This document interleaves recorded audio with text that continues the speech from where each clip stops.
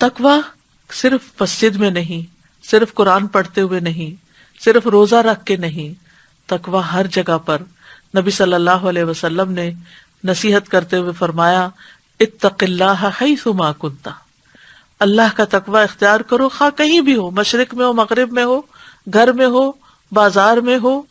کسی کے ساتھ بھی معاملہ کر رہے ہو،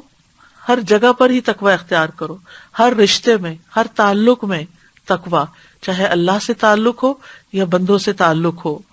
خفیہ طور پر بھی اور ظاہری طور پر بھی. یعنی تقویٰ کا صرف اظہار نہیں کیا جاتا کچھ مخصوص لباس پہن کے یا مخصوص شکل اور حیت بنا کر،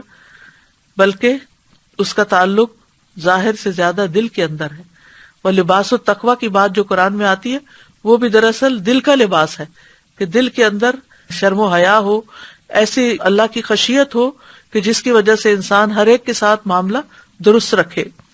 ابو ذر رضی اللہ عنہ سے مروی ہے کہ رسول اللہ صلی اللہ علیہ وسلم نے ان سے فرمایا میں تمہیں تمہارے خفیہ اور ظاہر